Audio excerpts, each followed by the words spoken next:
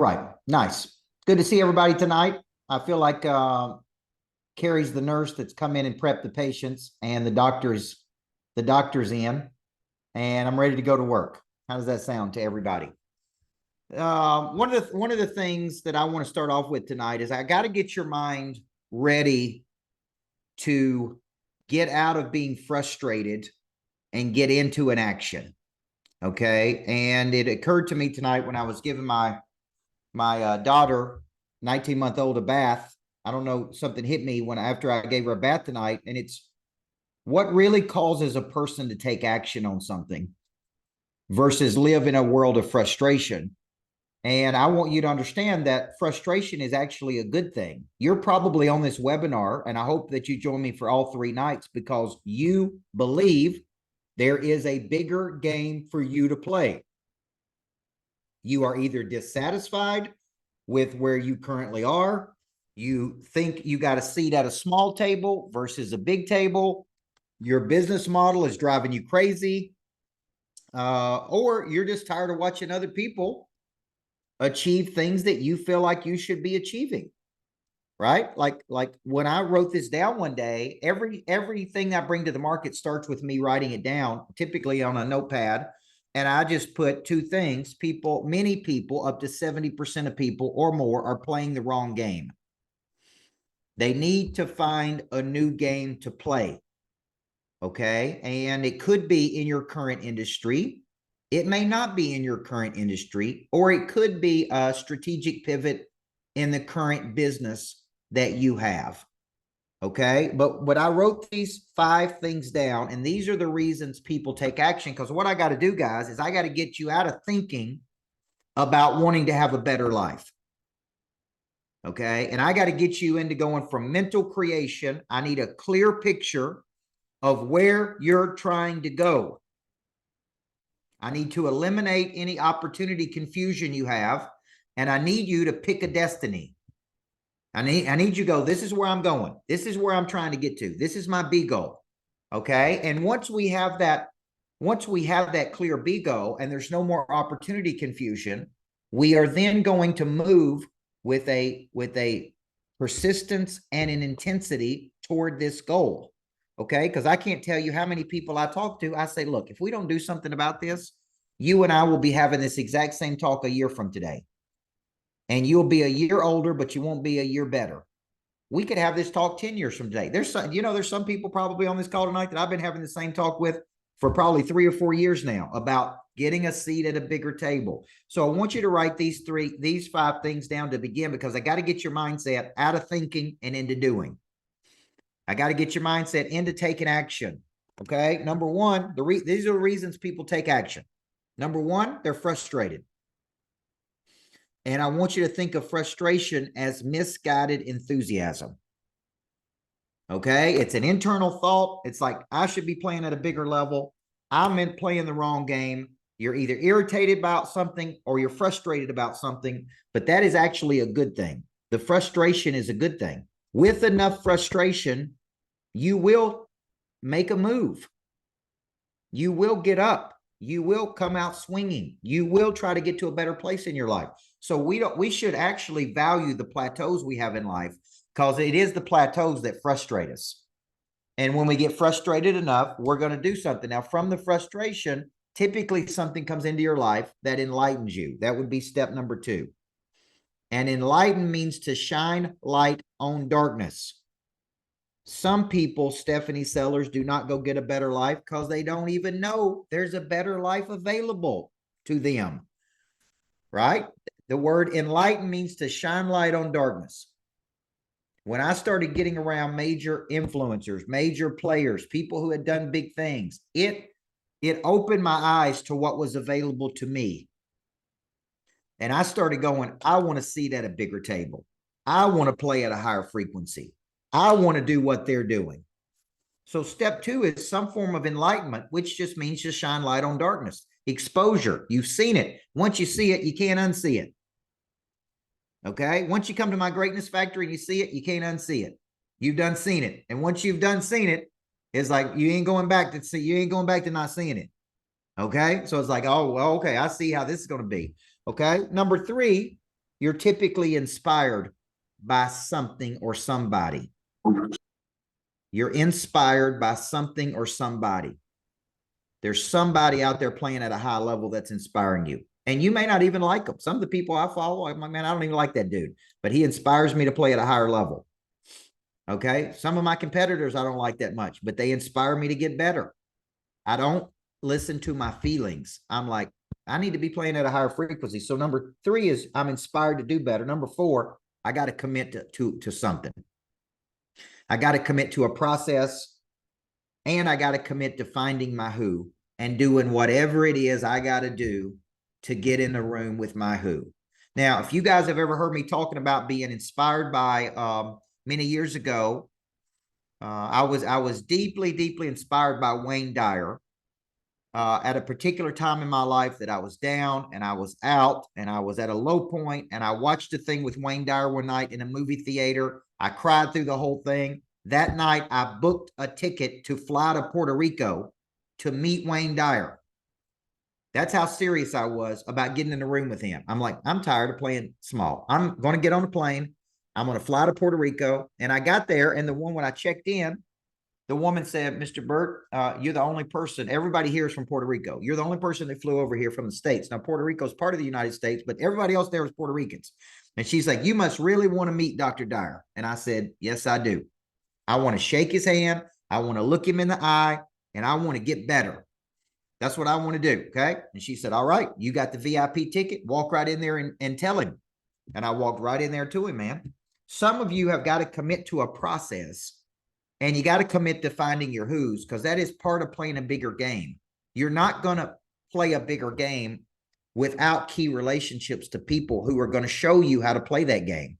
Okay. And you're going to have to make a commitment to finding your who's and to solving this problem for you. Like, you're going to have to think about it. You're going to have to meditate on it. You're going to have to write it up. You're going to have to talk about it over and over and over until eventually it's like, yep, now I'm moving. Now I'm done talking, and now I'm into moving. And number 5, you're going to have to recommit.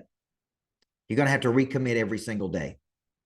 And this is a big problem for a lot of people. Okay. You can get inspired on a webinar for one night. You can watch a video of me. You can watch a podcast. You can get inspired for a second.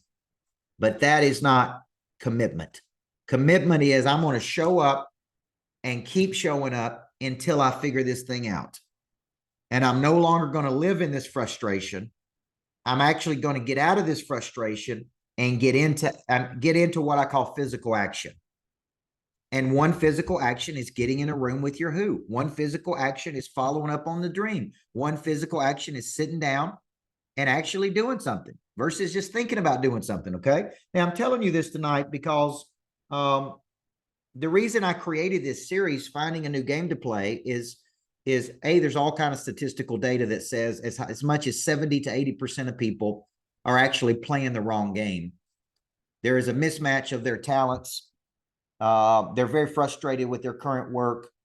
They can't figure out how to get to a bigger level. And so there's a lot of data that supports this is a big problem. Now, I created a coaching program called What's Next, because so many people would come to me and go, you know what? I'm at a certain level. I cannot figure out how to get to a bigger level. Can you help me do that? And the whole thing is structural. It's like I'm showing you these structures that force you to think. So over the next couple of nights, I'm going to be asking you some hard questions, and I'm going to be helping you get clear on what is the game you're supposed to be playing. By a raise of hands, how many of you think you're just playing the wrong game altogether?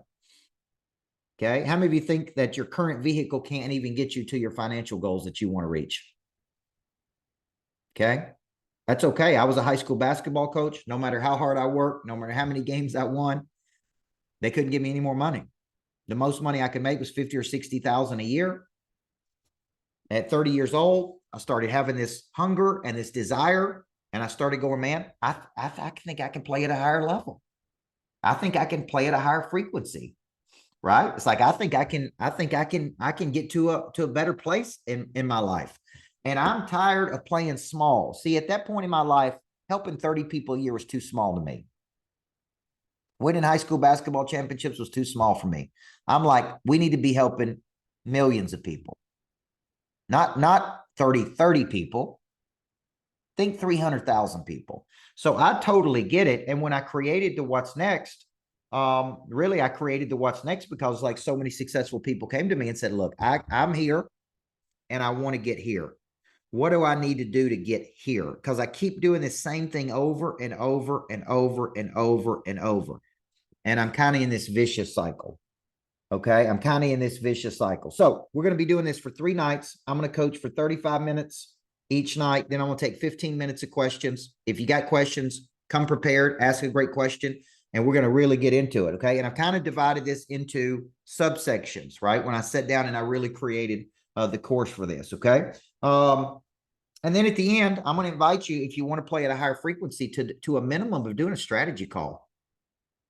Do a strategy call with one of our coaches and say, look, I'm tired of playing small, man. What do I need to do? How do I get in the room with Coach Burt? How do I come see it live? How do I get into What's Next? What do I need to do? Many of you are already in the programs, but I'm going to invite you to take a move because I don't know about you, but I'm tired of playing small.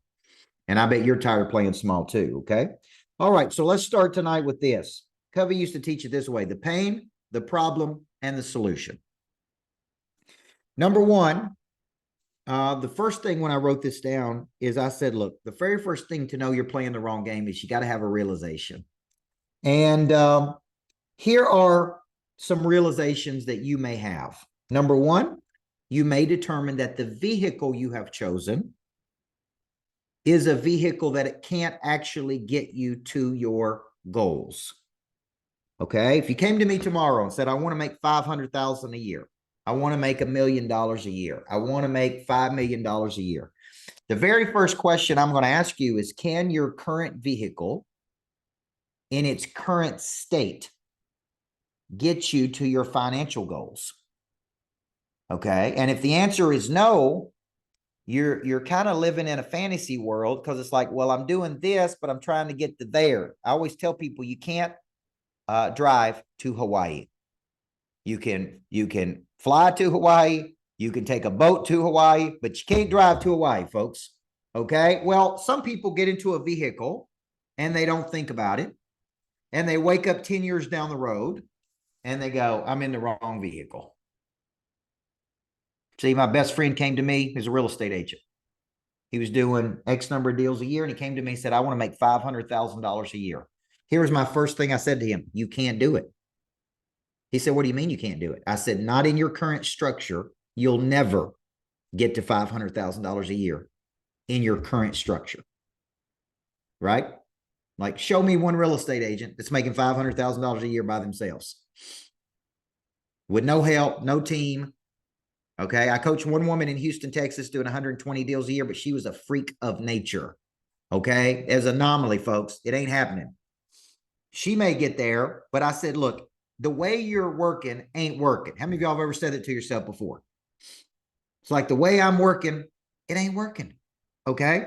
So when I was a basketball coach, I went and got my master's degree in administration and supervision. And I went to the superintendent of schools one day and I said, I think I'd like to be a principal and lead a school. And here's what he said to me. He said, well, we'd have to start you off at a small elementary school, and you'd probably have to work there as an assistant principal for 3 or 4 years. Then you'd be a principal at an elementary school. And then maybe we could get you to a middle school. And he said, maybe in 10 or 15 years, you could be a principal at a major high school. And I'm like, have you lost your mind? I'm like, I could run circles around every freaking principal you got in this whole school system today, right? Like, you're going to make me for 15 years go be an assistant principal somewhere? So I said, forget that. Total waste of my time. Then I went to the University of Memphis. Okay. Now listen to this. I go to the University of Memphis and I want to be a college basketball coach at 25 years old. Joy Lee McNeilis, I love her. Great woman. I say, Joy Lee, I'm ready to sign up. I think I can be your recruiting coordinator. I can go out and get you better players at Memphis. We go out and win championships. She said, well, I'm going to start you over here checking the temperature on the gymnasium, because there's a certain temperature I want it to be on when I practice. And I'm like, what? Like, are you kidding me? Like Joy Lee, I could coach circles around everybody you got on your staff. You want me to check the temperature on the gymnasium? Like, that's the job you want me to start in? And then I've got to go number 4, then number 3, then I'll be number 2. Then maybe I'm an associate head coach. Maybe 10 years from today, I'll be a head coach in college. I said, forget that. I ain't doing that. Then I was going backward in my income. So when you think about it, those vehicles couldn't get me to where I wanted to go. Does everybody see that? 31 years old, I go, you know what? I'm going to be an entrepreneur. I'm going to start my own business. I'm going to coach. There's going to be no cap on my income. I'm going to go out and do it as big as I want to do it with nobody telling me what to do, when to do it, how I can do it. And I started this business. So the realization you got to have is just ask yourself this question. If you have certain goals and dreams and hopes and ambitions, can your current work that you're doing in its current state get you to a place you want to get to? Why did a guy like Cardone, after 30 years of coaching people, say, you know what, I'm going to go over here and invest in real estate? And here's the exact thing he said. He said, I could never build $1 billion coaching company, but I could build $1 billion real estate company. Does everybody see that? What he's basically saying is, I could coach my heart out and I'll never build. Why do you think I'm building greatness factories? Right? The greatness factory, one greatness factory could kick off more passive income than 10 of my real estate properties. It's easier way to go, folks. It's like, what's a new game to play? So number one, the vehicle is wrong. Number two, it can't get me to my goals, even in its best state. The vehicle can't get you to the goals you're trying to get to. Just a big realization. The earlier you figure this out, the faster you're going to figure this out, the better you're going to be, okay? Number three, you're just unhappy with the structure. How many of you have designed a business and the business is entirely too dependent on you and your know-how, and one day you wake up and you go, man, the whole thing don't go unless I go. And what if I don't feel good one day? What if I want to take a day off? What if I want a vacation, for God's sakes? What if I would like to, right? So the business is poorly designed. Okay. Every poorly designed business has to be redesigned at some point in the future. Okay. Number four, you're a level 10 person, but you're stuck at a level 4 level. You're a level 10 person, you're stuck at a level 4 level. Okay. It means you got a big engine, you got a lot of talent, but you're capped somewhere in this because you either got level 4 outputs or you're just in a level 4 vehicle. Okay. And it's like, I just can't figure out how to get there. Okay. Number five, I'm embarrassed because I'm capable. It's a good place to be. Embarrassment's actually one of the best motivators. If you read my book, Flip the Switch, you would know that embarrassment is the fifth activator of prey drive. You get embarrassed enough, you'll suck it up. You get embarrassed enough, you'll get better. Okay. And number five, I'm just playing the whole wrong game. And this would be what I would call a mismatch of talents. A mismatch of talents. I got a talent over here, but I'm doing this. Now, why would I be doing that? It's only one reason. Eric, you know what that reason is? Money. There's only one reason people stick in jobs that they don't want to be in, and that is because they're afraid to leave, number one, and go grab another opportunity. Okay. And I'm coaching a person through this right now, a very high level person. And I was telling this person the other day, when I started this business, no lines of credit, no loans, I had $7,500 in my bank account. My very first customer, I signed a big contract, which gave me a little bit of confidence. And 3 months into signing the contract, they voided the contract because they had a tax liability problem. Now I got 0 customers, no insurance, no money, no nothing.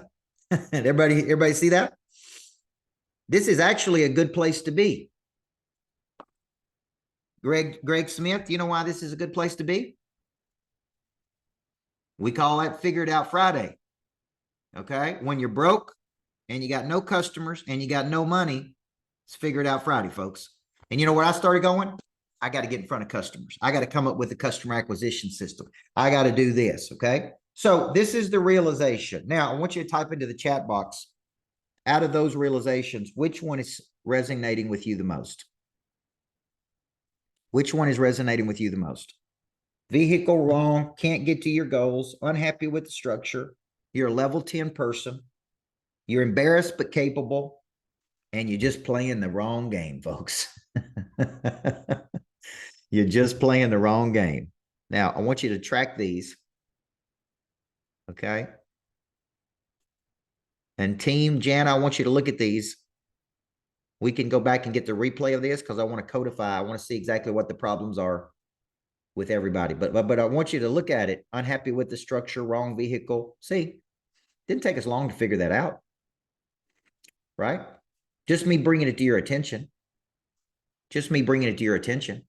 Now, let me tell you the problem with this. The problem with this is one of my mentors was Wayne Dyer, and he said, what if you got to the end of your life and said this to yourself? What if my whole life was wrong? What if my whole life was wrong? What if I spent 40 or 50 years doing the wrong thing? What if I stay frustrated every day because the business does nothing but produce frustration for me? The business should serve your life, not run your life.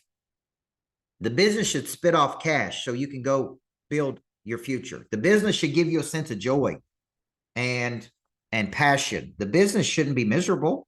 How many of y'all would agree with this?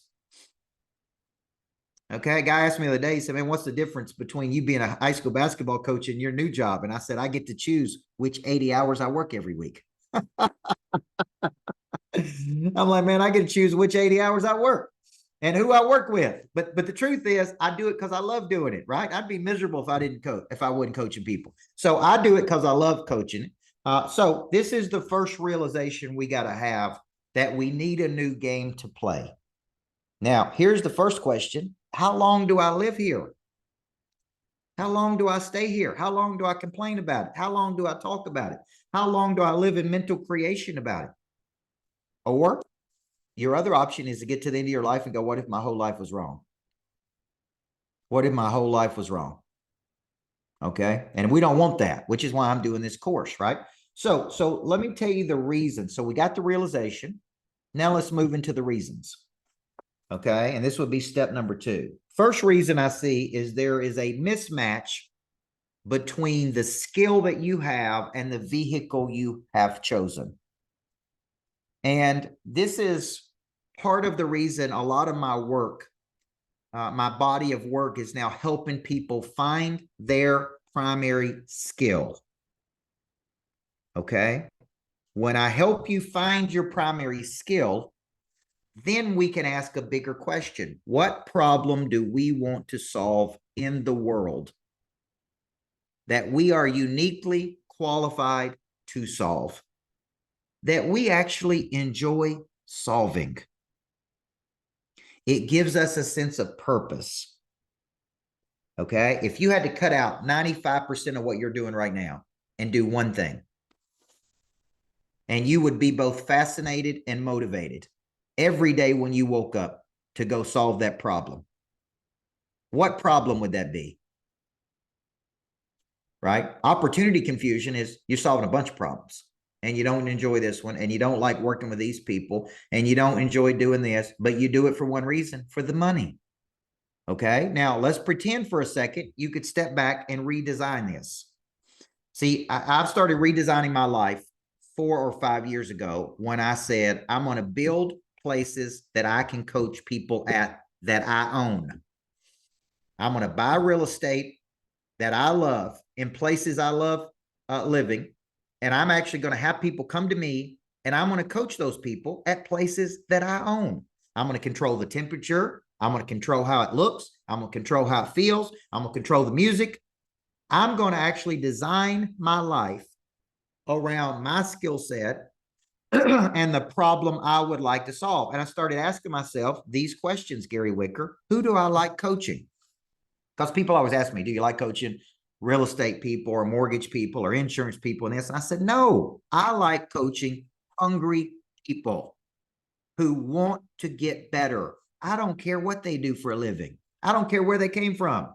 It's right. And here's the deal. If you come to see me in Nashville, if you come to my lodge, which many of you have been there, if you come to see me on the road in Chicago, okay, here's what I know about you. You had to sacrifice something. Yes or no? You had to pay money. You had to get in a room. You had to fly on a plane. You had to drive. Like, you know what that tells me about you? You are hungry. So look at how I started to redesign my life. I go, man, this sucks. I'm going into companies. Half these people don't want to be coached. They can't get them to show up. Somebody else is paying for it. Everybody's got a bad attitude. I don't want to do this every day. I'm going to start redesigning my life. And I'm going to design my life around my skill set and the problem. So the reason you're unhappy, probably, or you're playing the wrong game, is you don't have clarity of what's called the fundamental relationship. And that relationship is between your skill and a problem. Okay, your skill and a problem. Now, the other reason you're not thinking you're in the right game is because you can't build traction to a new level. So you just keep kind of hitting this ceiling. And this ceiling is called a ceiling of complexity. Now, let's just stop right there. Renee, if you are hitting a ceiling of complexity, that means you're hitting a ceiling. What do we need to do when we hit a ceiling of complexity? Renee, if you were coaching me, what would you tell me if I kept getting to the same place over and over and over? What would you tell me? Probably to try a new strategy or get someone to help you. Right. Number 2 would be the right answer. See, if I knew a right strategy, I'd try it. True. So what happens is I keep getting to a ceiling and I'm like, I'm sick of getting to this ceiling. What do? Who can help me? Who is skilled? Who has done this before? Who knows how to break out of this? Okay. Now, when I find the who, now I got to have the courage, because it's going to cost money to get in the room with the who's. It's going to take a commitment to follow up on what they tell you, right? It's going to, right? So when I hit a ceiling, I can't get any traction because I keep doing the same thing over and over and over. Now, here's what I say. You can't see the picture when you're inside the frame. You're too close to it. You're too biased. Here's what I tell people. If you could have got yourself to another level, you'd have already done it. This is where humility comes in. I'm humble. I'm hungry. I'm teachable. Okay. I can't build any traction. Who can help me? There are 2 types of who's here. Internal who's, like I need a person who knows what they're doing to get to this level, to break through this ceiling. And there's going to be some friction here, because they're going to come in and tell you what you need to be doing. And you're either going to be stubborn or you're going to be coachable. You're going to be stubborn or you're going to be coachable. Okay. And they're going to say, you got to quit doing this. You got to quit doing this. You got to quit doing this. And you got to look at it like this. And it's the stubborn person going, no, I know what I'm doing. I know how to do it. If you knew how to do it, you would have already done it. Okay. If the Chicago Bulls could have won championships before Phil Jackson got there, they wouldn't have needed Phil Jackson. Okay. But they needed Phil Jackson because they couldn't win a championship without Phil Jackson. They already had Michael Jordan. They already had Scottie Pippen, but they couldn't win a championship. So what does that tell you? Okay. So we got to do that. Now, another reason that you could be not getting traction is you have what we call opportunity confusion. And opportunity confusion is where you cannot lock in to an idea or a concept, and you are literally all over the place. Okay. Now, I had a business partner once. He was an opportunist. If he thought that we could make money shoveling manure on the side of the road, he would start a business doing it. It didn't matter. Did he have a skill set in it? It didn't matter if he loved it. It didn't matter if he thought he could make money doing something, he would do it. And one day I said, look, man, I don't want to do these things to make money. Okay. I'm going to pick a destiny. I'm going to eliminate this confusion, and I'm going to move forward toward this destiny. Okay. Now, I may lose a little money on the way. Could I make money doing that? Yes. But listen to what I'm telling you. Just because you could solve a problem does not mean that's the problem you are supposed to be solving. Okay. Lisa Daniels, you follow me? See, I've written 20 books. Okay. People come to me all the time and say, man, I'd like to write a book. Can you help me write a book? So many years ago, I developed a program. People paid $10,000, $15,000, and I helped them write their book. First guy, I flew to Chicago, tallest building in Chicago. I'm sitting downtown with him. Here's what he did for the first 3 hours. Man, I just don't know if I want to write a book. I just don't know if I'm that qualified to write a book. I don't know what I write a book about. I mean, I don't even know. And right after 3 hours, I wanted to give every dollar back to him and go, what am I doing? I don't want to coach people who want to write books. I want to coach people in the process of being a coach or speaking. I'll let somebody else help them write the book. Does everybody see that? Just because I could solve the problem doesn't mean that's a problem I want to solve. So for you, you have a lot of opportunity confusion. So one of your assignments from the next 3 days is I want you to literally narrow down the top 3 opportunities that you have available to you. Now we're going to call those level 10 opportunities. If you haven't read my book From A to B, that's a great book to read. There's a course on my website called A to B. Okay. Now, because you have opportunity confusion, you don't know what to do first. So you're literally just paralyzed doing the same thing over and over because you can't pick a destiny. Okay. Now, when you hear me say, we're going to go from mental creation to physical action, this is what I mean.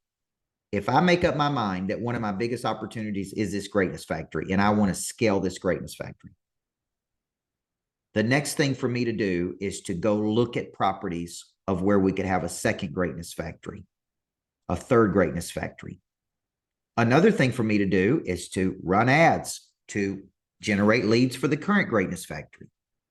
Another thing for me to do is pick up the phone and try to generate interest and get people in the current greatness factory, right? There's all these physical actions that I could be taking versus just sit around and thinking, man, one of these days, I'm going to grow this thing to Dallas. And one of these days, I'm going to grow this thing to New York City. And one of these days, I'm going to grow it to Miami. And one of these days, no, that's not how this works. You choose a destiny and you say, this is a big opportunity. I sit down with a piece of paper and I go, okay, who do I need? Who can help me? I'm going to raise $20 million of capital. This is the economic model I'm going to choose. And if you don't understand the economic model, you sit down with somebody and you go, look, let's break this down. Let's break this down exactly how we can do this. Okay. So we choose a lane and we move toward it. So these are all the reasons that we can't get any traction. So I want you to type in the chat box, which one is your problem? You got a mismatch of the skill and the vehicle. You got the wrong vehicle. You can't build traction in your current vehicle. You have opportunity confusion, or you don't know what to do first. You don't know what the first move you should make. Okay, look at all these. Opportunity confusion is going to be a winner on this one, folks. Very talented people have opportunity confusion. It's because they could do anything. Okay. Gary said not building any traction. Okay. Look at all that. So opportunity confusion is a big one. Now, the first move you need to make is to pick up the phone and call somebody who could help you and say, what do I have to do to get in a room with this person? Okay. So opportunity confusion happens when you're a talented person and you look at the world and go, look at all this opportunity versus going, let me narrow it down. How do I take one move? How do I do one thing? How do I stay focused? So if you had to get rid of 90% of everything you're doing right now and choose one thing, what would that one thing be? Now, I'll admit, this is hard. It's hard for me. And the reason it's hard for me is I see so much opportunity and you're kind of caught in your own trap. I think that'd be a great book title. Wasn't that a song? Didn't Elvis sing a song called Caught in a Trap? I don't think he was talking about a business trap. But what I'm saying here is like, this is the problem. You've built your own little trap here. And you wake up every day and you report for duty in that little trap that you've developed. And you spend so much time just keeping the trains running. I just got to sell something today. I just got to do this today. And then on the weekends, when your mind is free, you think about, oh my gosh, this is what I really want to do. And this is how I really want to get there. And this is right. Then you go back to then you report for prison again on Monday, right? You report back at the jail cell and say, hey, I'm back for another week. I've created my own little prison here. If we never take a step toward the B goal and we don't know what the B goal is, then there's no way we're going to build any traction. For some of you, you're one person away from traction. You're one relationship away from traction. You're one confidence away from traction. You're being in one room, being in the right room with one person is your traction. I was on the call with a guy the other day, and he was looking at doing something with me, and he got to the very end. He said, just want to let you know, I hate Grant Cardone. And I said, well, it's a good thing you're not talking to Cardone. You're talking to Michael Burt. Number one, I said, he said, well, tell me why he endorses you. Tell me why he's on your. I said, man, I'm going to be honest with you. Me speaking at 10X changed my whole life. So whether you like him or don't like him, if somebody gave you an opportunity to speak in front of 10,000 people and it changed your life, you'd probably be okay with if you didn't agree with everything they did, wouldn't you? See, people get so focused on the wrong thing so many times. And I'm like, man, that's majoring in the minors, man. We're not focused on that. Sometimes you're one person away from a new season in your life. But you got to be open versus closed to that person. You got to be open, right?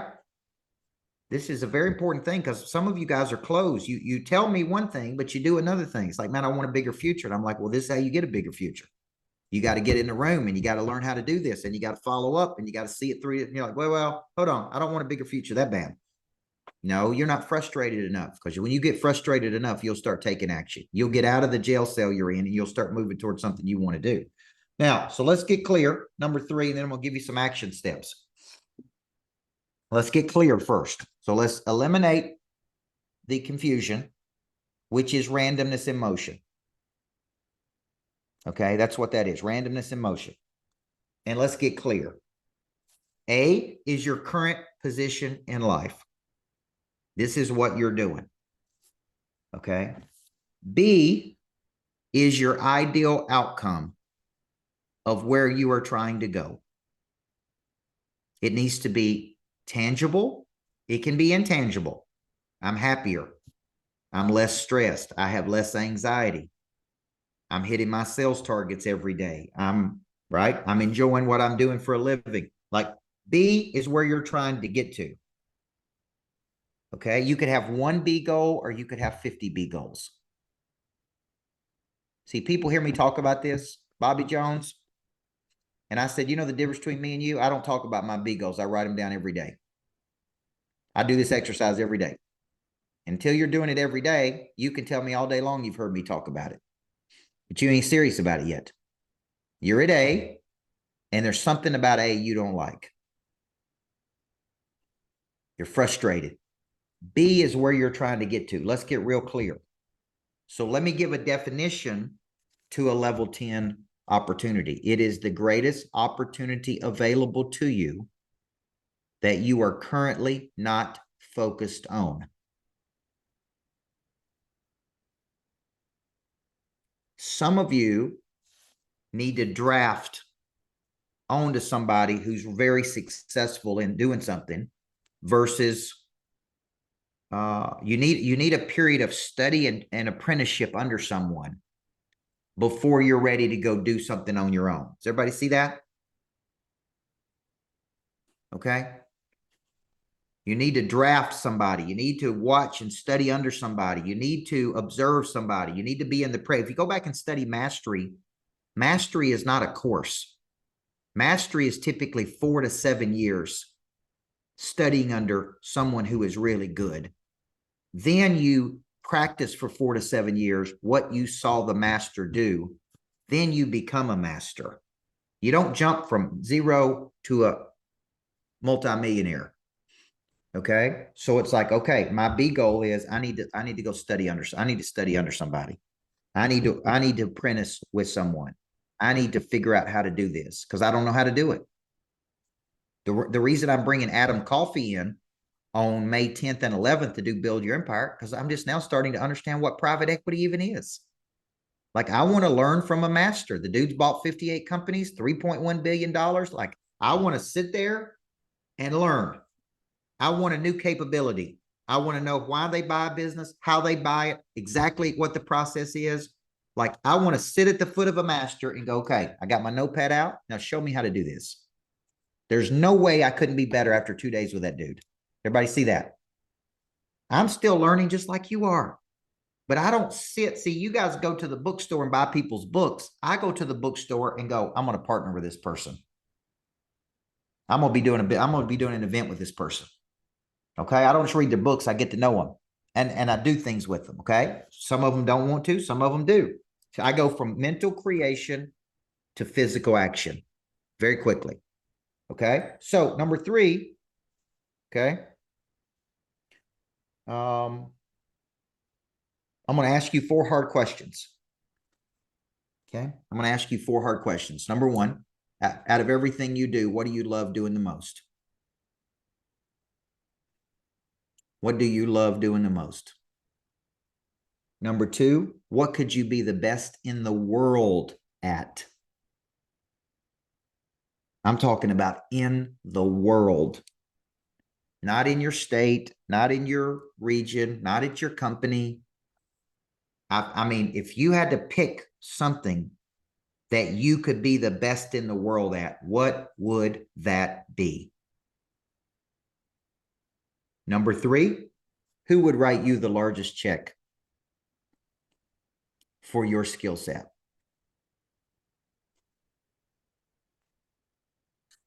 And number 4, what is your conscience telling you you're supposed to be doing?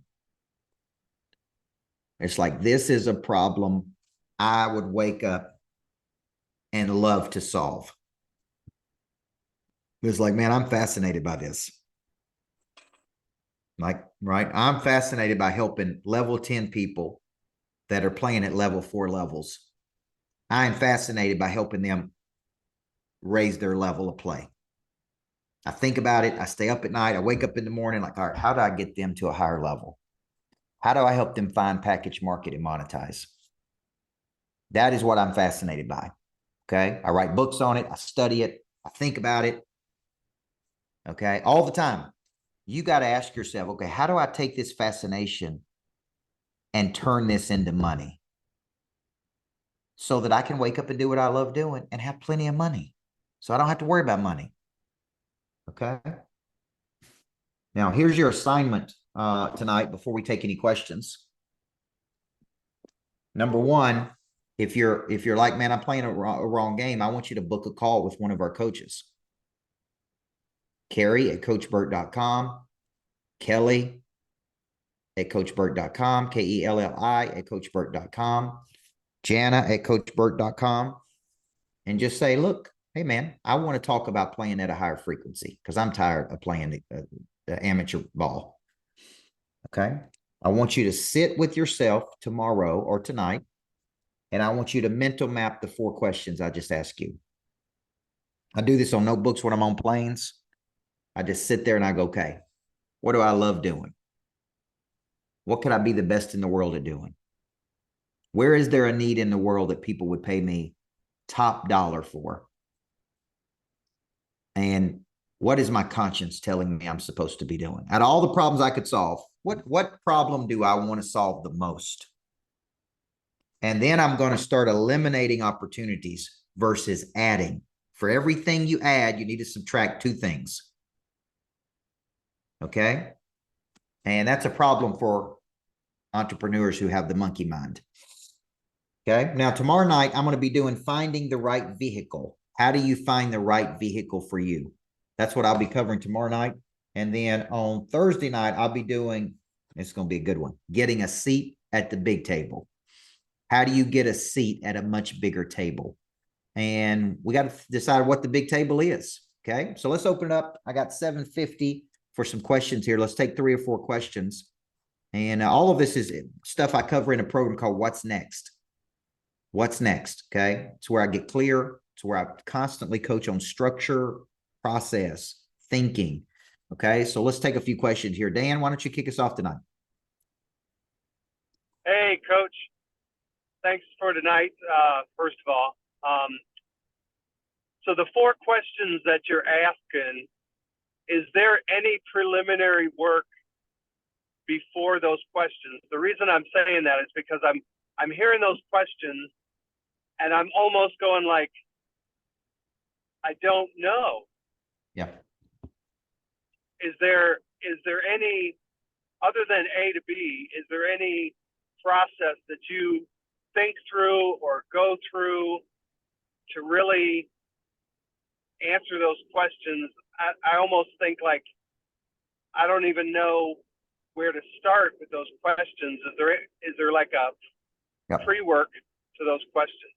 Yeah, the book that changed my life on this was a book that Covey wrote called The Eighth Habit: How to Find Your Voice and Inspire Other People to Find Their Voice. And it goes deep into your knowledge, your skill, your desire, your confidence. And I say follow a curiosity. The curiosity leads to passion. Remember, the number one reason people do things is for the money. And so it's like, step back for a second and go, okay, what am I naturally curious about? Catherine O'Meara wrote Unique Ability, which is another great book about how to find your true unique ability. 8.5 out of 10 people I coach have no idea what their unique ability is, and they have no idea what problem they really want to solve. So they go get a job. Then they wake up one day, typically in their 40s, and they go, what am I doing? This ain't what I want to be doing. Why am I even doing this? Or they go make some money, and the money puts them into the trap.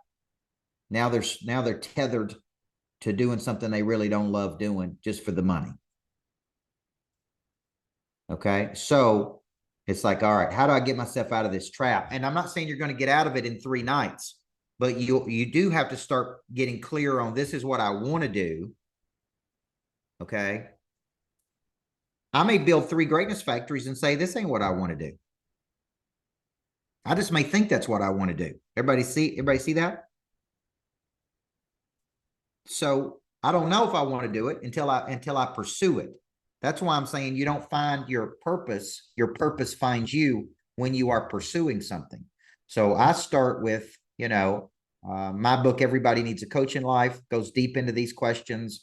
I think Catherine O'Meara with Unique Ability would go into that, and Covey's The Eighth Habit. Now, I'm going to tell some of y'all that, and they're going to carry this, what they're going to tell me. I don't like to read. Okay, well, suck it up, folks. If you want to know how I retain so much information, I freaking read 15 books a week. I'm listening to 4 books at the same time. I'm watching 17 interviews on the weekends. Like that's, you're like, right? Like, you got to get over that. If you want to get better, there's something you're going to have to give up to get better. And you may have to say, look, I'm serious about finding my unique skill. I'm willing to do whatever it takes to get in a room and figure this out. Okay. So that's what I would tell you. Okay. All right. Who's next? Carrie, who's next? Can you say that name for me? I only went to college for 9 years to get 3 degrees. How do you pronounce your name? Nikis, is that? Yeah, you could call me Daniel. I'm using my mom's phone, that's why. Okay. Oh, okay. Yes, okay. So thank you so much, Coach Burt. So the question I have today is, so recently I've been struggling with something. I would say, like, I feel I'm young, but I'm confusing. Maybe I need to be learning something with, maybe I'm lazy at wanting to do something. So now I like doing like account management, finances, numbers, things like that. But because of I was able to learn a skill like sales, then I got into cold calling, which I don't really like. I don't know, from your view, what you would say, for someone as young as me to do in terms of differentiating laziness with actually that not being what I'm meant to be doing. Well, when you're young, you're going to try a variety of things, and then you're going to be able to say, I don't like that. I don't like that.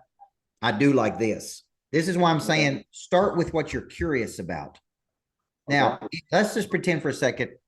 I'm just going to make this up. You say, look, I think I want to do what Coach Burt does. I want to speak and coach and inspire people. The first thing I would tell you to do is get in a room with someone who is actually doing what you want to do and observe. Like, what do they do? How do they do it? right? Like this is the first step a lot of people don't do. It's like, hey, I want to buy apartment complexes. Well, I need to go get in a room with somebody buying apartment complexes and see how they do it. Like, what do they do? How do they operate? How do they find them? How do they make investment? How do they raise capital? See where I'm going? So it's like, I'm curious, just like I'm telling you, I'm curious about private equity. I'm curious about how it works. So guess what I do? I spend a whole weekend listening to interviews, podcasts. Then I actually just reach out to a dude and go, you know what? I want to do something with you, man. And I want to just sit and learn. I may be interested in raising capital. And I'm like, all right, I know if that dude's doing it, I can do it. How do I do it? Maybe I go to a conference on raising capital. Maybe I pay somebody to coach me on raising capital. Maybe I just pick up the phone and call somebody who's raised a bunch of capital. So it's like the first step is proximity. It's like proximity to somebody who's doing it. And through observation, that's really how I'm going to learn how to do it. So I would tell you to sit down and make a list of all the things you're really curious about. And go, I need to get in a room with these people. I need to be reading their books. I need to be listening to their podcast. I need to be watching. And you may go, I don't want to do that. Or you may go, I do really want to do that. Now, I don't know many people that get excited about cold calling. It shocks me that there's still industries out there of cold people that wake up and cold call people, because there ain't a lot of people who really love to do that. But let me tell you what you can learn from cold calling people: how to make a connection, how to talk to people, how to locate a problem, how to invite an action, how to overcome an objection. Those are hard skills that would make you very marketable later in life. You follow me? Yes, yes. So look at every stop along the journey, guys, as a little stop on the train station that you go, you know what? This is a good stop, man. I learned something. Okay. I think I told you guys I spent 4 years in the prison system rehabilitating maximum security offenders. I was young, 31 to 34. I didn't really know what I was doing. I knew one thing: I didn't want to go to prison. That's the one thing I figured out by going in there, right? That's step number one. Now, number two, I'm like, this is hard work going in here trying to change people's lives, but it's meaningful work. Okay. Then it taught me how to deal with people. It taught me how to affect people. It taught me how to be perceptive of people. It taught me how to, it's a lot of things I learned on that assignment. It's not what I wanted to do forever, but it was a good stop on the journey. Everybody see that? Yeah. All right. Thank you Thank very you so much. Thank you. I'll see you again tomorrow night. All right. Carrie, let's see. Help me with this name. EDITA. Come on, Carrie. Yeah. Adita. Adita. I love it. All right. You're up, Adita. All right. Well, Coach Burt, I'm gonna kind of put myself on blast here because my question has to do with the embarrassment. To give a good example, and this might help anybody, about a year and a month ago or so, I met you in person in Miami. I was a fresh new life insurance agent with FFL, and I bought your book, Flip the Switch, along with 3 other books, Person of Interest and the other 2, that I don't have at the top of my head. However, here I am on Zoom with you, looking at you right now, and I am starting out with a different company now. It has been a year. It was a trial and error, but it came down to no discipline. It came down to lack of effort, and it came down to lack of drive. And a lot of it is all on my end. I did get diagnosed with epilepsy, a medical condition. However, I held on to that excuse and I latched on to it. And now I'm in the same spot I was a year ago, starting with a new company, starting to rebuild. I believe in life insurance. So I have my why. Like, I believe in it. I know what it does for families once they have it protected. I know how death goes, and it's a lot to handle for families and everything. So, I mean, what I have, like the product that I have and talk to with people, I believe in it because it's something that's close and dear to me. And I've myself seen the work of how it affects when families don't have things set up and when they do. But my thing is, embarrassment is a huge drive right now for me. I feel embarrassed that I haven't made it, up to be in a different position than I was a year ago. So here I am restarting. I feel like a brand new agent, even though I have a year of experience now. and I don't want to say a year of failure, but kind of a year in trial and tribute. So how do I take that now and like, I guess push it? Like I have my why at just about the step there, that little plateau that you talk about, how you get here, there. It's Well, like, how do you identify that? well, I want you to look at four things. Okay. Number one, there's four things I look at in a person. Let's assume for a second that this is the right bus for you. This is the right vehicle. You got a passion for it, feel like it gives you a sense of purpose. I go to work on four parts. This is what is missing in people. Number one, knowledge. You want to be a specialist, not a generalist. The specialists make the most money, not generalists. Generalists make general money.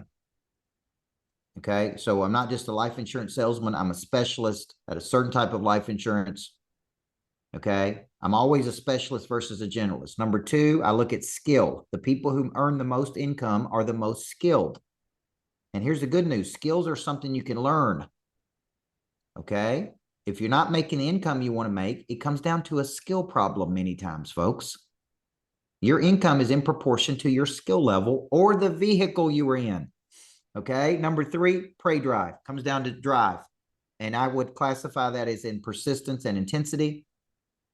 Some people don't have that. They want to do it, but they don't have the discipline. Like you said, you've identified some of the things.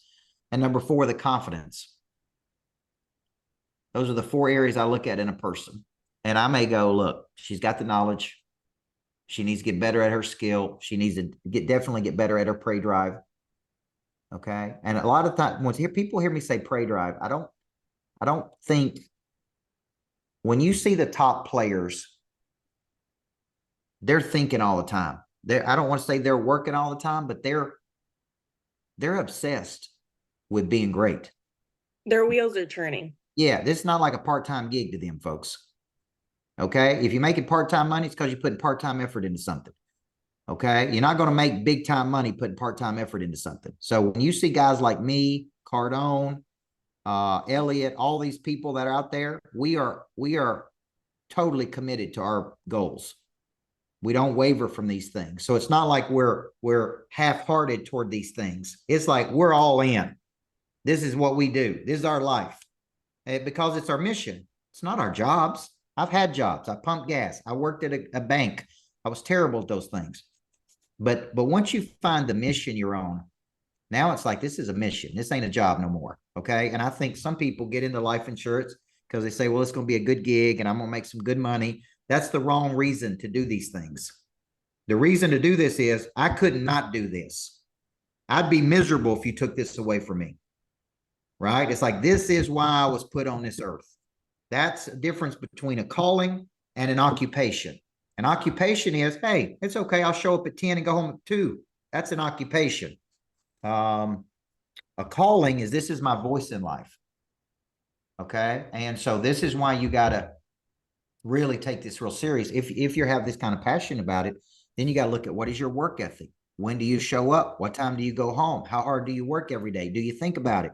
Do you give up easily? Like, this is the part of pray drive that I'm really talking about that you got to dig into if you want to be great at this. Okay. Okay. You think you're that committed to it? I definitely am. Like the thing about it with me is it gives me this sense of peace knowing that once we've completed that phone call, like they just took care of one of like the biggest like decisions and hardships and everything, and they put that away and they crossed that off the list of their family. So not only did I take care of them, but I took care of the people that are around them. Yeah. And like if you can touch more than one person through what you're doing, I feel like it's definitely meaningful. And at the end of the day, I have a background in finance. I used to sell credit cards. I used to sell cell phones. I used to sell things that I was like, oh my God, why am I doing this? Like, I'm literally putting somebody in debt. I saw no point at sitting at Bank of America selling credit cards and balance transfers. Yeah. I didn't like it. But this is different. I don't even feel like I'm selling half of the time. Half the time, I feel like I'm literally giving them, kind of like you're a coach, you give us guidance. I feel like I'm giving them literally guidance to be protected, to be set up. Therefore, they're not scrambling. They're not putting GoFundMe's account. They're not deciding to do one thing or the other because they couldn't afford the original option. Now, I'm going to ask you a serious question. I want everybody to hear me ask her because I'm coaching you while I'm coaching her. Have you ever worked with a pro, meaning worked side by side with somebody who is world class at what they do? I have the opportunity now to. I have Okay. been the last Okay. 2 days. All right. See, this is what I'm telling you. When you work with a pro and you see how they work, there's a very different work ethic about a pro than there is an amateur. And some people never see that. So they don't know. They think they work hard until they work with a pro. And it's like, oh, this is a whole nother level of work that I ain't never seen before. And that is the first thing you got to do is go, this, like you're in an apprenticeship period right now. And that's a very important part of this equation. Amateurs play on Friday night. Amateurs play on Saturday. The pros play on Sunday. And that's why they make the big money. Okay. So you got a good heart and, this is going to be good for you. Perfect. All right. Thank you. All right, Amanda. Hey, Coach, how are you? Hello. Can you hear me? I can. Hey, how are you, Coach? Good. So first of all, I just want to thank you for doing this session because I honestly feel like you have spoke to me and Angel. We have literally just come to the realization after kind of a slap in the face, that this is not our thing. And I'm sure you know us, you've gotten countertops from us, like we have really just come to the realization, after being in business for over 7 years now, that this isn't for us, that it's just not something that we want to do. And we have literally been praying nonstop for like the past few days, asking for a sign. And it's like, you come out with this course and it's like, boom, there's our sign, And I apologize, I'm a mess from not working so much lately because I've been down. But I want to thank you first off for doing this. And also, my question to you is when you're exiting a business, okay, and you know which avenue you want to go to, and you know what your heart is set on, how do you like just go ahead and just take that leap and like I feel like my heart is racing just thinking about what I want to do. And I don't know if just dropping everything and running to that is the best avenue, or I know I've come up with a plan as to what I want to do, but I don't know if that's obviously the right plan. I just want to kind of understand what your thoughts are on that, since you went from being a basketball coach to, you knew that you were meant for something bigger. Well, there's two options here. One is store away cash, wind it down while you're kind of storing away cash and kind of wind it down and start taking steps toward the B. Right. Or there's just burn the ships and it's over. I'm done. I'm going here. And I'm not going to tell you one is right and one is wrong. I was a basketball coach. I signed a big contract to go coach for a company, and that gave me a little bit of cushion, I thought, to leave one job and go over here. Well, right. As I mentioned tonight, 3 months into that contract, they voided the contract. Then I had no money and no customers. Right. Then I was scared. Okay. Here's the good news about being scared. Fear will activate the prey drive. Yes, sir. So it's actually the best thing that ever happened to me. So I kind of said, okay, I'm out and I'm going over here. and I got started. So those are the two options. But if you never move toward the B, we'll be having this conversation 3 years from today. Right. Which is what a lot of people do. They complain about it and they whine about it. And they go, I'm really supposed to be doing this. And I hate doing this. And it's like, look, man, this ain't no practice life. Yep. Okay. And So I feel like I feel like I've been stuck in this same rut and same feeling like, oh, I got to go to work today. This is not something that I enjoy. I don't, Yeah. So I know that I'm bigger than that. I know that I have a lot of motivation and I don't want to waste my energy being stuck in something that is not meant for me. Well, we need to do some discovery on what you want to do, and then we need to start moving in that direction. Well, speaking of that, I was wondering if you would be interested in maybe sitting down and talking about me working for you. We get that question a lot. It's not as much fun. It's not as much fun working with me as you might think it is. Oh, I can handle. I'm sure I could handle, but I need a push, coach. I need a push. Well, we get about 10 of those a week of people wanting to come work with me. And some of them stay and some of them don't. And some of them last a day and some of them last a while. And so, it's like, but if that's something that you're interested in, then, just reach out to us and we'll, I'm trying to get out of the hiring business. Okay. Cause I'm not very good at that. So we got to know actually doing the hiring. Neither am I, coach. If people have a good attitude, I'm like, all right, let's go. Step over here. Let's see if we can do this. Yes, sir. All right. Okay. So here's the point tonight. Any other questions? Melissa, do you want to ask your question? I know you came up. Yes. Is it me? Go ahead. This is the last one I'm going to take tonight, folks, because I want to keep it tight, and then we're going to come back and do it again tomorrow night, and we'll come back and do it again the next night. Go ahead, Melissa. One of these because I always see you do that. Yeah, that's it. What's your So question? you've activated my prey drive. My question is, so what are your thoughts on people that have dealt with trauma and want to be speakers, I but they think can't get from A to B? Sorry, but they can't, kind of combo question, but they can't get from A to B because of maybe, like you're saying, lacking clarity. Conscious tells you different things like that. What is your guidance on that, coach? Well, I think everybody's been through a level of trauma in their life. It's depending on what that level is, but we've all been through something. I think taking that and converting that to a positive is a good thing. Now, Right. I think what could be missing in the cycle is this why I do like the Michael Burt School of Speaking, Coaching, and Writing, or package your purpose. That's why I really do those boot camps, to help you get really clear in what you have, how to package it, how to market it, and then how to monetize it. Okay. But I'm a big believer in taking a breakdown and converting it to a breakthrough.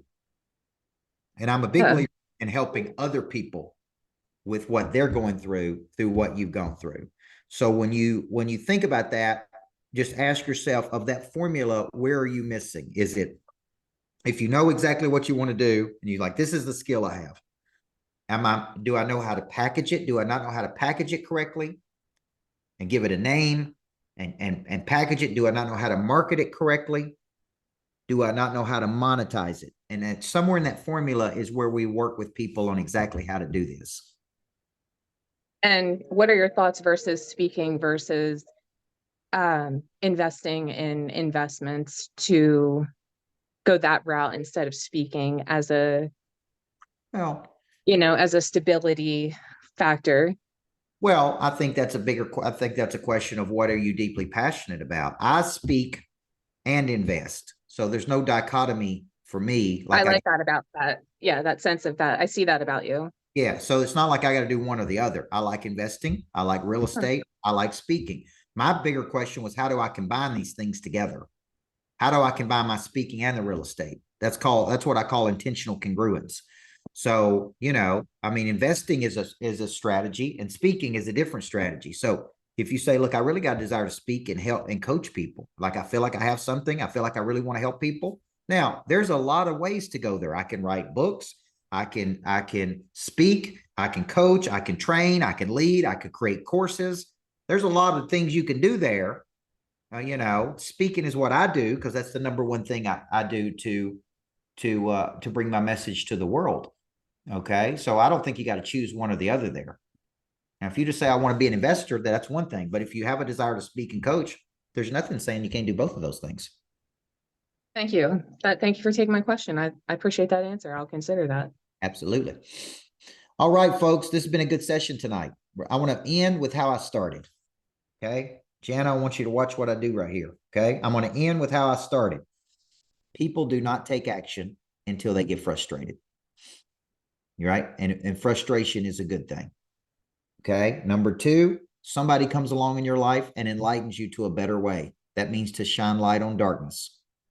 Maybe they give you courage. Maybe they give you confidence. Maybe they give you a path. Maybe they give you a structure.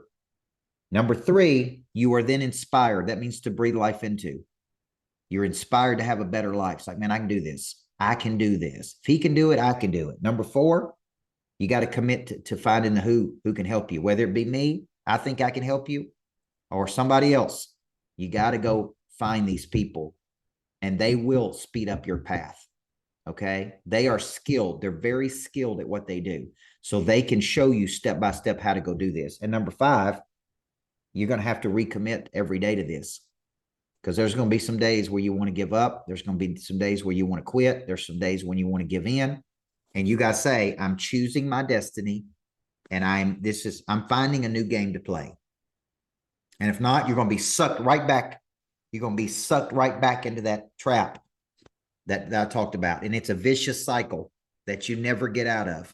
And then you get to the end of your life and you go, man, what was I doing? What if my whole life was wrong?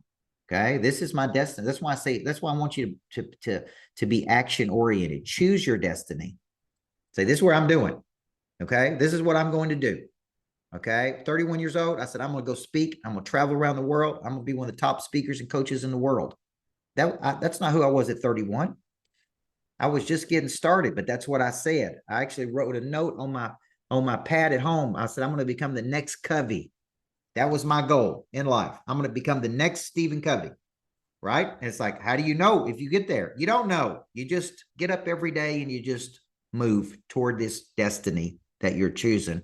And one of the coolest things in my life is I got on a plane with Tim Story, who's a good friend of mine, celebrity life coach out of California. We were on a private plane together going somewhere. And the first time I ever went somewhere with him, he looked at me and he said, you know what? I've been wanting to tell you something. And I said, yes, go ahead and tell me, man. Mike White, listen to this. He said, you're the modern day Covey. And I said, what? What did you just say? He said, you are the modern day Stephen Covey. He said, you're more intense than Covey. He said, you're bald headed like Covey is. Then he said, you have the depth of Covey, but you have this real intense side of you because of your basketball background. He said, you are literally the modern day Covey. And I thought, did he just say that? Because I never told him that. I never told anybody that. That was one of my goals on my whiteboard. I'm going to become the next Covey. That's how much Covey impacted my life, guys. So what did I do there? This was almost 20 years ago. I chose a destiny, and I just got up every day and said, man, I'm just going to keep pushing to it. I'm just going to keep pushing toward it, right? And one day I wake up and it's like, boom. Okay. Now the only thing I'm missing, Chase, is selling about 30 million more copies of my book. And then I'll be the modern day Covey. All right. So you guys can help me with that. Go to Amazon and flip the switch. Okay. I only need you to buy a couple million copies at a time. Okay. So love you guys. We'll come back tomorrow night and do this again. We'll have a great night. We're going to be choosing the right vehicle, finding the right vehicle tomorrow night. Get with your coach, do a strategy call. Whatever you do, don't stay where you're at, folks. Okay. God bless you. Love you guys. Make it a great night.